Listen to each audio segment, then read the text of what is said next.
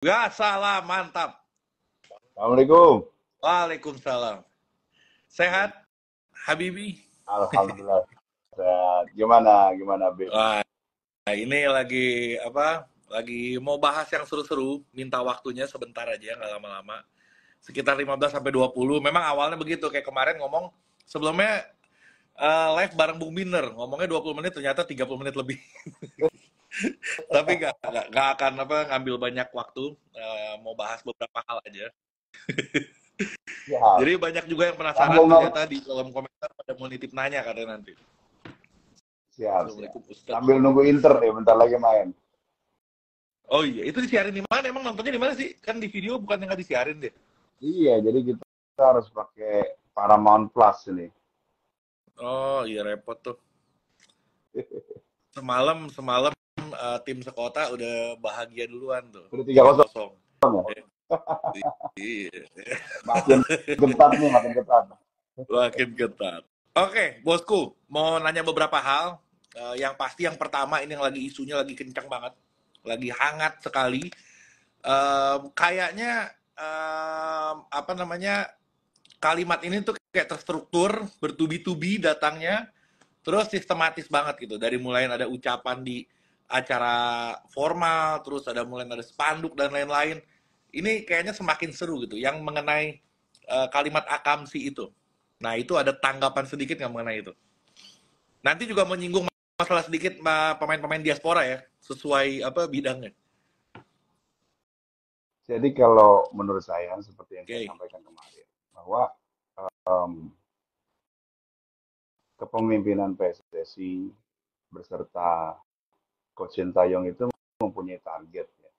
Targetnya tinggi yang telah ditentukan, plannya jelas, dan juga tujuannya itu mungkin beresonansi dengan begitu banyak penduduk Indonesia yang mungkin sangat bermimpi ya, berharap Oke. suatu waktu Indonesia ini bisa tampil di panggung tertinggi di sepak bola yang disebut Piala Dunia. Ya kan? Ini mimpi besar bersama yang disampaikan bukan hanya kita lah sebagai rakyat jelata ya, tapi juga pemimpin kita juga menyatakan hal itu kan. Pak Ya. Presiden Jokowi, kemudian Pak Prabowo juga mempunyai tekad. Nah, Hmm. untuk kesananya itu kan tentu banyak strategi. Ada beberapa strategi yang dilakukan. Salah satunya adalah mendatangkan pemain diaspora yang memang kualitasnya sangat baik. Ya kan. Seperti Oke. halnya misalnya pemain sekelas Max Hilgers. Ya kan. Tentu Iya. sekelas Max Hilgers ini kita jelas targetnya itu pasti berkompetisi dengan baik di level Piala Asia bahkan dunia. Ya kan. Hmm. Ibaratnya sekarang ini PSSI timnas kita ini sedang berlaju kencang seperti mobil yang sudah di gigi tiga nih. Waduh, ngebut tuh. Maka ngebut ya kan. Maka next stepnya itu adalah level gigi 4 dan gigi 5 kan. Maka tidak bisa, tidaklah bijak ketika mobil sedang berpacu kencang ini sudah melihat kurang lebih finish line-nya itu ada di lap terakhir gitu kan. Kemudian disuruh untuk menarik rem tangan secara mendadak Hmm. gitu. Akhirnya bisa terpental kan. Akhirnya apa? Hasilnya itu tidak akan maksimal, yaitu mungkin tidak bisa finish di ranking yang kita inginkan ataupun di posisi yang kita inginkan. Gitu. Jadi menurut saya Sorry Pak um, Hamdan, diputus dulu. Ini katanya suaranya kecil terus putus-putus kalau nggak salah deh. Ada yang komen, oke, banyak yang komen nih. ya. Takutnya ntar yang disampaikannya udah mantep, cuman nggak tersampaikan sayang banget. Coba dites di suaranya. Tes, tes. Kayaknya oke sih sekarang ya. Oke ya. Maklum nih kita nggak pernah live Instagram ini. Oh iya, waktunya juga susah banget ini. Janjian udah 4 minggu ada kita ya. Baru tadi sore. Jadi Oke, seperti diulangin lagi itu. coba Pak Hamdan, diulangin lagi. Yang Ya, tadi jadi yang masalah. dari awal lagi. Hmm, Dari awal. Jadi kan bahwa kita tahu bersama bahwa kita semua mempunyai mimpi besar. oke. Pecinta timnas itu punya mimpi besar. Mimpi yang mungkin kita sekarang melihat itu mungkin ada secercah harapan buat kita sampai di sana gitu kan. Nah, di situ kita melihat progres yang sangat baik dilakukan oleh timnas ya. Misalnya kita tahu bahwa ranking FIFA kita itu semakin membaik. Kemudian Oke. hasil 2 game terakhir melawan tim yang rankingnya kalau nggak salah salah satunya 24 ya. Ya, Australia itu ranking 24 FIFA. Kita berhasil meraih hasil imbang, begitu juga dengan Saudi Arabia, tim dengan yang langganan Piala Dunia, sehingga kita bisa melihat progres yang baik ini. Nah, dengan ini masih terbuka kans bagi kita, entah itu masuk ke ronde keempat ya, ataupun lebih baik lagi. Nah, di sini istilahnya kita ini sedang berpacu di sebuah kompetisi ataupun di sebuah track ya. Kita sudah masuk di gigi 3 nih. Kecepatan sudah tinggi, tapi belum tertinggi gitu. Masih ada gigi 4 dan gigi 5. Yang kita harapkan gigi 4, gigi 5 nih lawan Bahrain dan Cina kan. Nah, amin. Ya. maka dari itu jangan ditarik rem tangan sehingga kita akan terpelanting dengan sendirinya dan terpental. Akhirnya kita nggak berhasil finish seperti yang kita bersama harapkan gitu. Itu sih pada intinya gitu. Jadi saya pikir biarkan mereka bekerja, biarkan mereka memberikan yang terbaik gitu kan. Nanti kalaupun ada evaluasi setelah sampai ke finish line itu, apapun itu. Oke. Rem tangannya dimaksud ini adalah orang-orang yang ngeganggu kondisi timnas yang sedang baik-baik aja ini, atau Rem tangan ya macam-macam. ini lebih politis ini, jawabannya lebih hati-hati ini. Kita biasa urakan ya, salah nanya ini. Oke, nggak apa-apa. Apa namanya?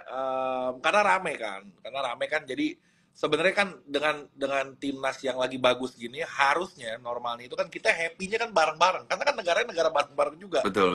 Tapi aneh juga kenapa tiba-tiba ada yang kayak nggak suka ketika timnas kita bagus. Itu kan permasalahannya tuh. Mau nanggapin itu atau mau di-skip terserah. Ya menurut saya sih begini, saya pikir semua punya cita-cita yang sama. Dari Sabang sampai Merauke, semua punya cita-cita sama, ingin mendaratkan Garuda di Piala Dunia ya. Mungkin itu mimpi besarnya ya kan. Mungkin caranya berbeda-beda ya kan. Nah, untuk saat ini saya pikir ini di trayek yang sudah bagus. Jadi biarkan mereka bekerja dengan optimal dan kita sebagai fans berikan dukungan.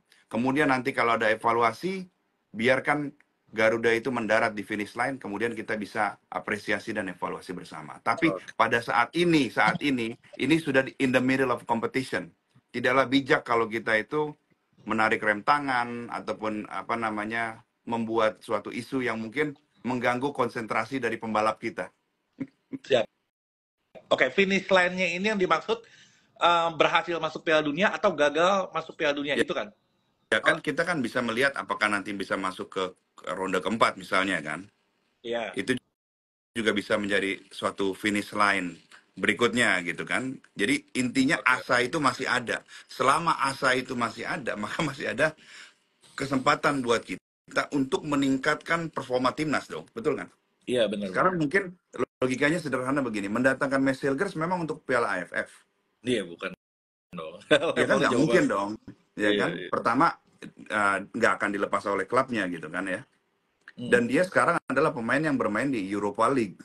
Kemarin lawan MU kan. MU, jadi ini levelnya pemain dengan level tinggi gitu. Jadi memang tentu pada saat sidang itu jelas sekali pimpinan PSSI menyatakan bahwa kedatangan Max Hilgers ini adalah untuk kita melakukan lompatan besar ya, termasuk untuk tembus FIFA 100 besar. Dan kita perlu memahami juga pemain yang bergabung terakhir kali misalnya itu usianya 23 tahun. Mes itu 23, Eliano itu 23. Sehingga poinnya adalah masih punya banyak waktu.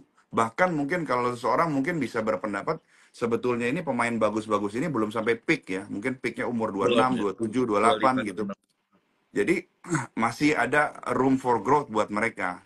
Jadi saya rasa ini adalah suatu signal besar yang dilakukan oleh federasi dan juga suatu pemain yang diinginkan, saya tahu sekali ya, diinginkan oleh Coach Sintayong cukup lama. Kebetulan saya pernah menonton juga di bulan Oktober 2 kali saat Max Hilgers bermain dengan Vitesse dan Feyenoord. Menurut saya beliau back yang luar biasa, tackle-nya bagus, agresif, tapi bisa distribusi bola dengan baik, ya ball playing defender lah, modern defender, modern defender. Modern defender. Oke, gini, balik ke tadi, ini kan timnas kita kan sekarang memang bagus. Terus ini menjadikan ekspektasi kita menjadi tinggi nih. Kita tuh dalam artian seluruh pecinta sepak bola ya. Nah, ketika ekspektasi tinggi nanti bisa terkesan nih, mudah-mudahan kita lolos Piala Dunia. Tapi kalau misalkan pun, jangan sampai terjadi, tapi kalau misalkan pun kita nggak lolos, dianggapnya gagal gitu. Padahal kita nyampe ke level ini aja kan, nyampe ke level ini aja kan ini udah prestasi yang luar biasa sebenarnya. Sampai round 3, apalagi mungkin nanti round 4 misalkan. Atau kita lolos lah, alhamdulillah misalkan. Nah, ketika ekspektasi terlalu tinggi itu anggapannya positif untuk timnas atau negatif untuk timnas? Mungkin begini, saya melihatnya begini, kalau seseorang itu sedang berusaha, maka kan tujuannya adalah mendapatkan kesuksesan, betul kan? Nah, Pasti. tetapi kesuksesan itu didapat dari apa? Dari melakukan ikhtiar sebaik-baiknya kan. Oke. Jadi pada intinya ini apa yang dilakukan adalah ikhtiar sebaik-baiknya gitu. Jadi ketika kita mencapai kesuksesan, itu adalah bonus ya. Kan ikhtiarnya yang wajib. Jadi pertanyaannya, apakah kita ya kan melihat kualitas timnas kita yang ada, terus kemudian ada kesempatan untuk meningkatkan kualitasnya, pertanyaannya kita ambil atau tidak? Itu kan.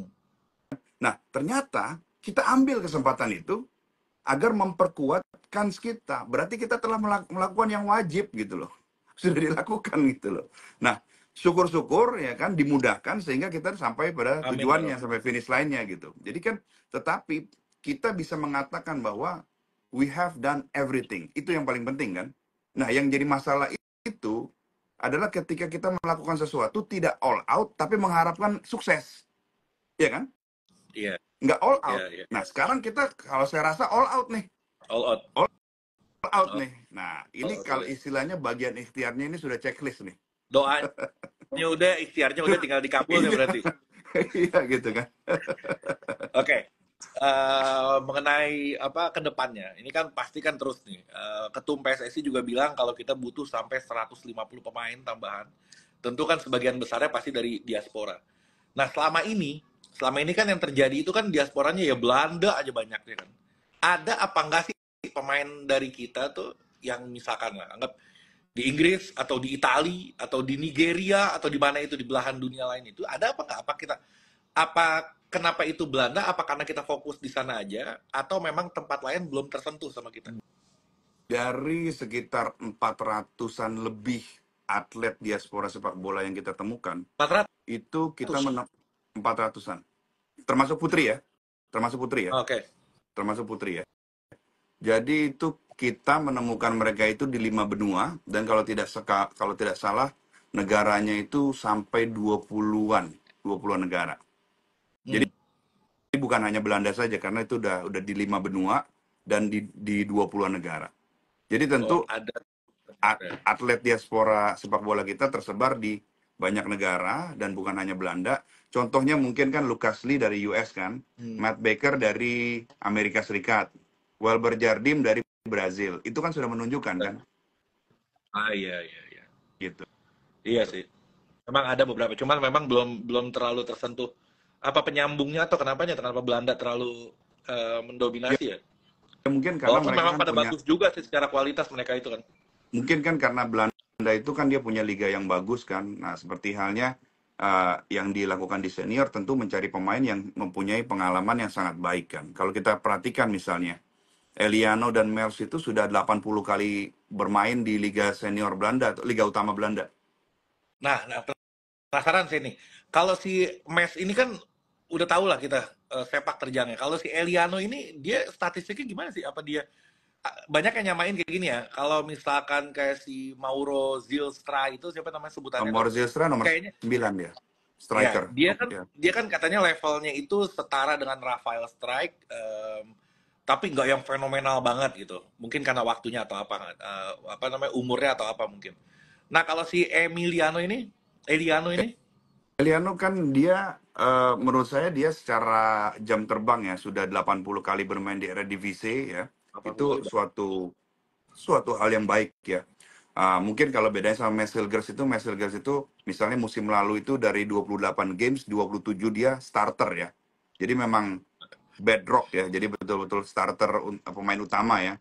Dan juga di musim ini saya pikir juga berapa game, Dan dia lima papan enam atas game, di Liga Belanda juga ya? Di betul, papan atas juga. papan atas juga. Nah, mungkin kalau Eliano itu saya melihat dia versatile player ya, dia bisa main di back kanan, Hmm. bisa main di back kiri bahkan, ataupun di wing kanan, ataupun jadi inside forward juga gitu. Jadi memang versatile player. Nah, ini kan mungkin salah satu apa namanya hal yang disukai oleh Coach Sintayong, mungkin versatility ya, pemain yang bisa bermain di ragam posisi ya. Ya.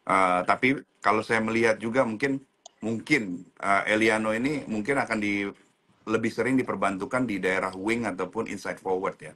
Kalau saya lihat itu. Berarti memang lagi-lagi ya di kita tuh ujung tombaknya masih belum dapet kayaknya. Bisa dibilang kayak gitu nggak? Kalau menurut saya Kayaknya kita kalau semua itu ngarepin Rafael Strike kok selama ini masih belum maksimal gitu. Mungkin kalau dia main di usianya, di kelasnya dia luar biasa banget kan. Kayak ya. Piala Asia Super itu gila banget, mainnya bagus banget. Jadi Tapi kita ke senior kok kayaknya masih belum agak leluasa karena gitu. menurut saya begini, karena kita mengharapkan Rafael Strike itu langsung menjadi starter terganas timnas senior kan. Padahal dia kan sebetulnya masuk itu untuk timnas U20 kan. Ya, itu dia. Sebetulnya kan. Jadi memang itu progres ya. Jadi memang untuk level senior memang dia sudah cukup bagus ya, sudah bagus gitu kan. Nah, tapi kan mungkin karena kita mengharapkan itu dia itu sudah seperti halnya JISDES gitu kan. Iya. Kalau JISDES sudah langsung jadi pilar karena kita sudah melihat level kompetisinya seperti apa gitu. Nah, kita perlu memahami juga bahwa Rafael Struij, Ivar Yener, Justin Hubner itu dinaturalisasi untuk timnas U20 ketika mereka berusia 18 tahun, 18-19 tahun gitu.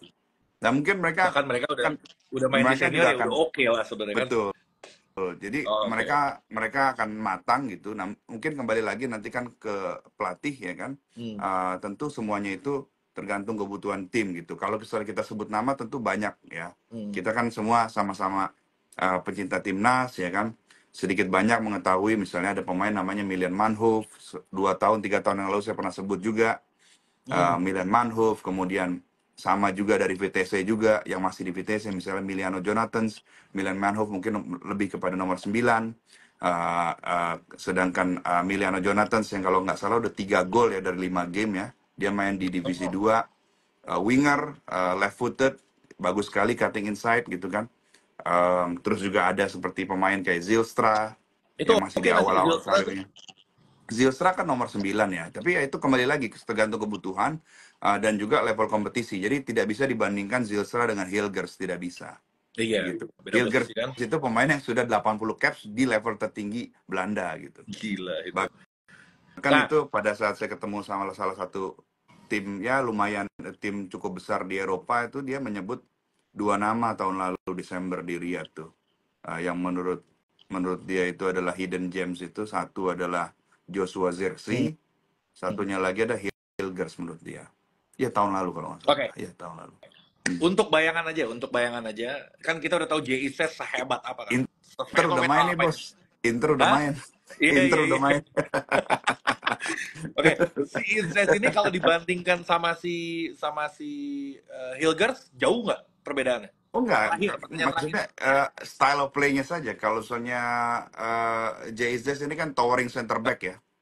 Dia tinggi, ya kan? Dia tahu bahwa dia sangat dominan di udara, kemampuan antisipasinya bagus, ya kan? Sedangkan Hilgers itu tingginya 185, ya kan? Dia Oke. secara back itu lebih cepat ya speednya gitu. Jadi bagus kan, memang harus saling melengkapi kan. Yang satu itu sangat dominan di udara, reading the games-nya bagus. Yang satu lagi seperti Hilgers itu tacklingnya sangat bagus, antisipasi dan distribusi bolanya sangat bagus Oh, gitu. Jadi oke, ini siap. saya pikir akan menjadi pilar menurut saya. Dua ini Amin. benar-benar jadi pilar timnas. Siap. Oke. Lanjut nonton Inter Oke, Milannya dan semoga alhamdulillah tidak berjalan dengan Fratesi, baik Internya. alhamdulillah Fratesi sudah mencetak 1 gol. Yo Allah cepet amat, buru-buru amat mau kemana itu Inter. Oke, terima Oke, kasih waktunya. thank you. Yo, assalamualaikum. Assalamualaikum. Forza Milan.